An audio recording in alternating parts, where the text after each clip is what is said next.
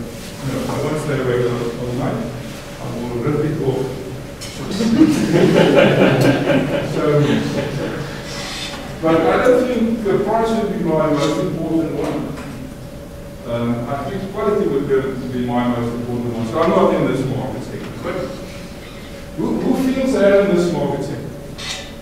It's just, what about market segment are you? What's most important to you? Price and? Quality of ease of use. Nobody down in clever. Quality, not ease of use. Okay? Right. Now, this is, you are our market segment for tonight. So, let's say, who's the competition? Who's the competition? Japanese.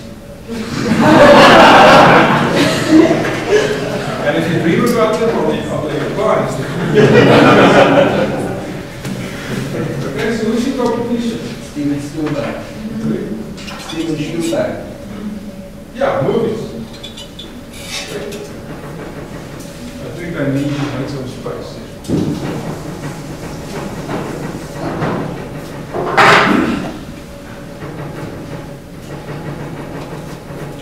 And I think let's throw it in here, or we get DVDs. I think DVDs and movies are the kinds of things. Probably music.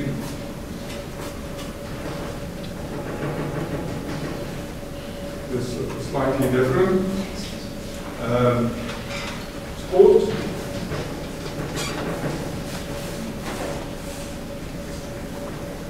Sleep. Without dreaming. So it's actually lots of things. Since we don't have much time, I'm going to stop here, but this is definitely not a whole lot of your competitor. So let's quickly rate these. What would we say would our price be like? And when we rate this, we only use 5 ratings. Excellent, good, acceptable, not really acceptable, and totally unacceptable. And if you want to attach values to this, you can say 90, 70, 50, 50, and 10, or 0. But they don't use anything else, because if you say 65, what does it mean? But if you say not really acceptable, then you know what it means. Okay?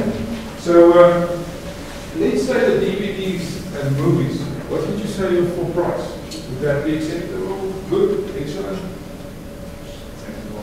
Acceptable. Right. And quality, I think that's good. Or excellent. Okay. And then music, it's probably good. The quality, it was a good quality system.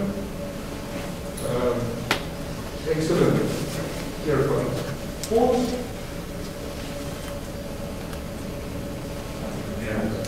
Sorry? You have to, because that is a competitor. But I agree with you, it's not easy. So you have to think about it, you have to talk to people. But think about it. If you're really interested, you just go run in the mountain, it's probably not so expensive, so shoes are expensive.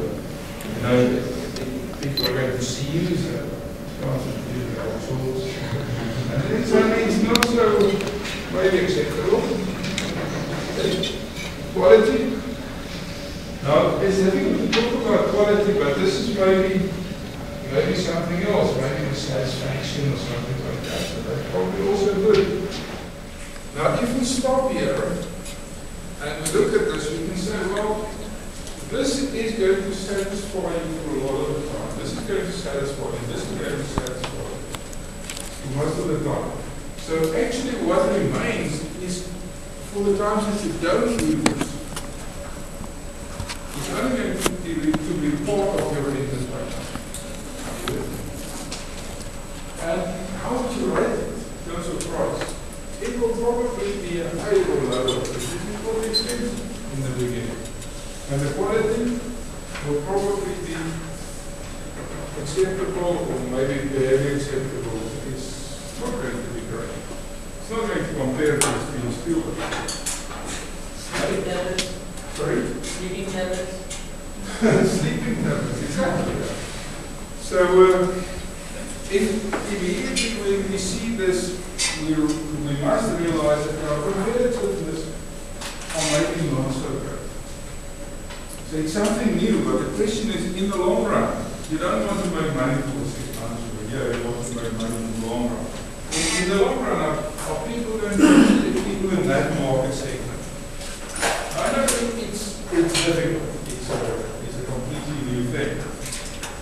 But, you know, there's lots of fans that work for a while and then disappear. And this ring recorder, to my mind, could easily be that. And this competitiveness analysis is showing the red lines. Just be a little bit careful. It might just be a fact if it's for entertainment. Now, if it's for serious purposes, it's a completely different story. Okay? Now, I can't go much longer about this, but what I want you to understand from this is that you must look at all the competitors and you must rate it carefully, and then you will often find a surprise. You'll often find that it's not as competitive as you thought. But let me just, if we look at this competitiveness, how would you say? What is your opinion? Are we strong, moderate, weak?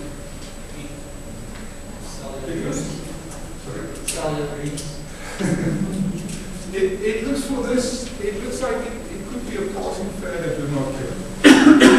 Okay? So it's probably not so strong. Now, if we get to the military or the psychology, then it might be a completely different story. How do we know it's a different story? Where do we know we're strongly competitive? The answer is as follows. Suppose we had a lot of competitors, forget it for the moment what I've written out there. But suppose we had something like this.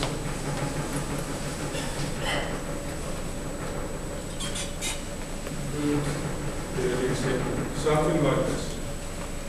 Then we would, and we look like this. We are acceptable on both. Not good, not excellent, just acceptable. But this one is excellent on this, but not really acceptable. Acceptable, but unacceptable. Good, but not really acceptable. If we look at our competitors, and those are really the only competitors, we can actually make a very strong conclusion. Draw a very strong conclusion. And the conclusion is that the market with the current competitors isn't satisfied. And if we hit a market that's unsatisfied and that we can satisfy, then we can safely say we are strongly competitive. Because in effect, we've got a virtual monopoly. We're the only one who can satisfy the market. There's lots of competitors, but they don't satisfy the market. Who was it who with us lecture tonight? He spoke about Google, and it struck me again. When Google started, it wasn't the first search engine, it was the last. And if you just look at the number of competitors, you would say, no, they're too late, they missed the boat. But the fact of the matter is, none of these other search engines work acceptably well.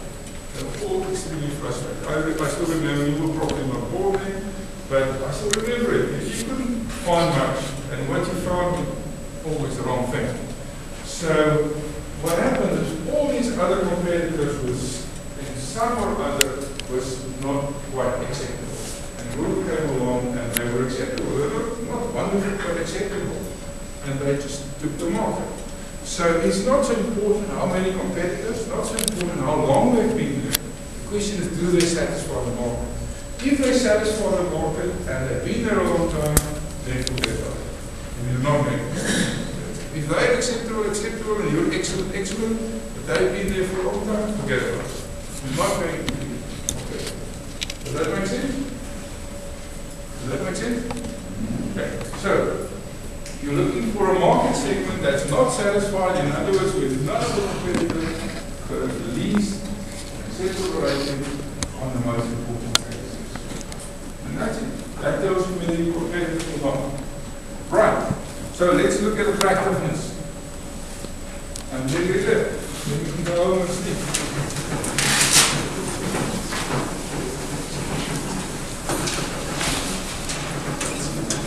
I'm going to write down a very simple equation. Remember we said attractiveness got to do with profit. So our total profit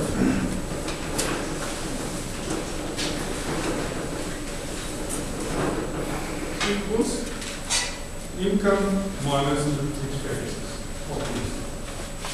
So suppose we sell per unit. What is our income? Suppose we sell 10 units per year. Now we look at the long distant future, the size of the market, once successful. Not the first year or second year. So if there's a number of units that we're going to sell per year when we're successful. So price,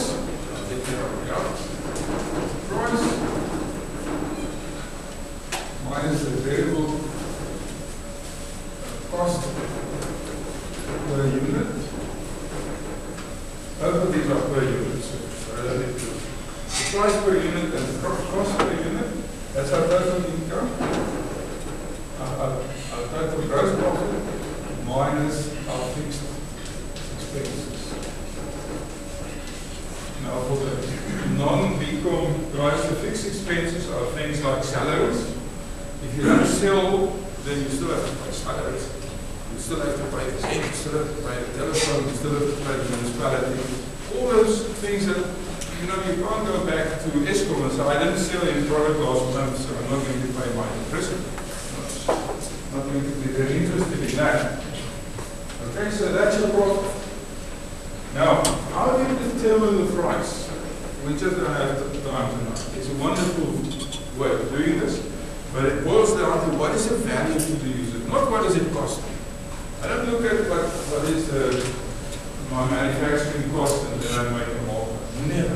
It's never ever do that. It's the wrong way to do it. It's absolutely the wrong way from every possible angle except that it's easy. But it's easily the most effective way to make yourself a favor. So you never determine your price that way. You don't think about cost when you determine price. You think about value. What's the value to the user? It's not so easy to determine, but you need to do that. Okay, so what's your price? What's the cost per unit? What's my fixed cost? Now, when you've got a service or a product, this one is usually the easiest. You know what it's going to be cost. You can work it out. If you can't do that, then you know nothing about what you want to do. Okay? That one's relatively easy. The price is not so difficult. You can do this. Let's say that's very easy. Price is not so easy, but you can do it. Okay? And the number of units, it's not so easy as the cost, but it's not so difficult. So how do you determine that? How many units are you going to sell? What is the total market size? If we want to sell to people who are, to a certain market segment, how many people are there in the market segment? 100 million, whatever. Internet search, find something similar, see what their sales are, how many units do they sell. You need to do some creative thinking, but you can bring it up. One trick is to say, what is the total market size? How many people are there? How often are they going to buy? Are they going to buy every 6 months, every 6 months, every 6 years, every 20 years? How long? So then you divide the total number of users by the repeat time, and then you get roughly what is the number of units per year.